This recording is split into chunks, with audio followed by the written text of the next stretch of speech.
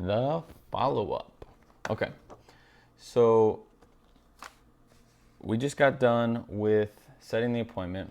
The follow-up should be an easy one, okay? So all of these things, you should be writing all this stuff down. All the stuff I'm teaching right now and telling you about, you should be writing this stuff down. I do this stuff in my sleep, okay?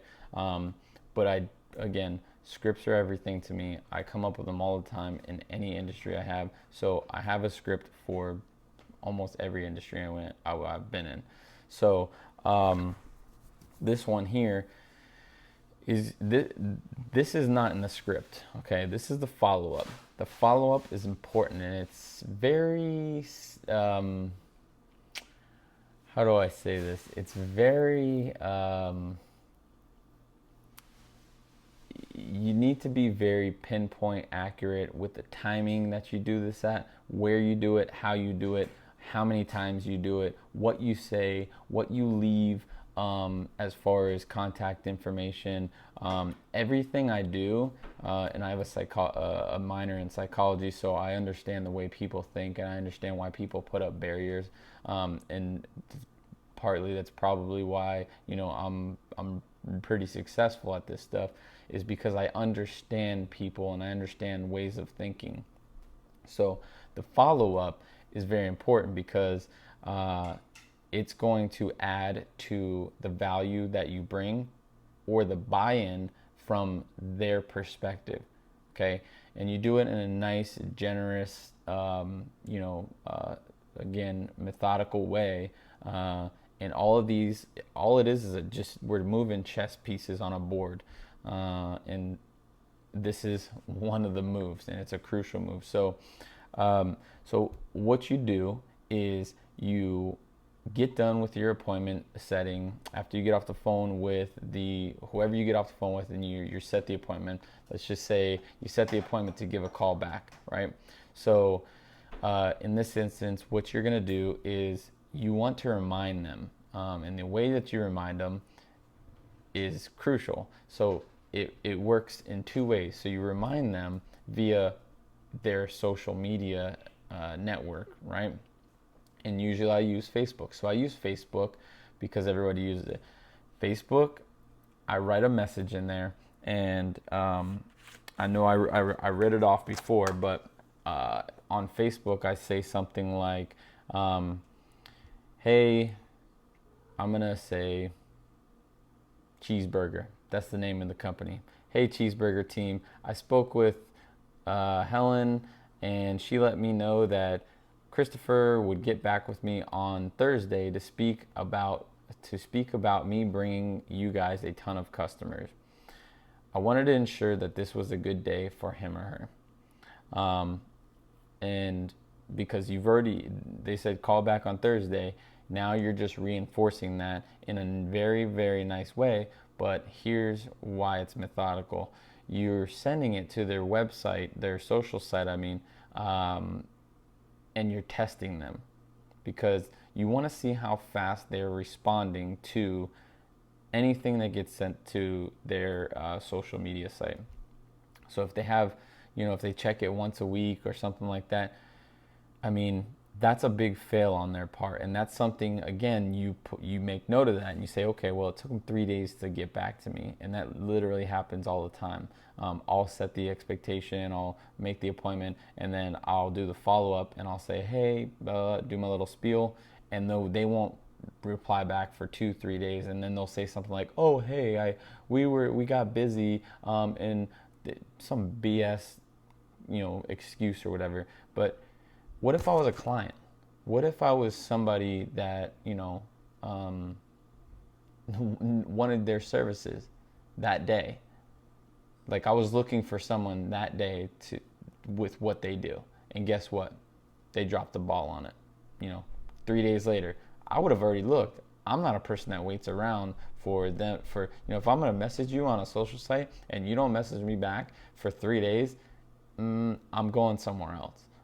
So that's another thing that you can bring up, and you bring it up in a very lighthearted way, and you don't say your specific example. You just say, hey, I noticed that, you know, you guys do get really busy, and I'm sure, you know, this happens to a lot of businesses, but you guys got really busy, and it takes you guys a little bit. Is that normal, or do you guys normally take that long, or just something along that sort where you kind of say, hey, you know, a lot of businesses are like that, to make them not feel like you're attacking them, and so it's those little gems that make the difference between them thinking they're all set and them knowing that, hey, I need some help with this. So that's why the follow-up is done on a social media site instead of saying, hey, and messaging them in like an email, because obviously people don't check emails every single day,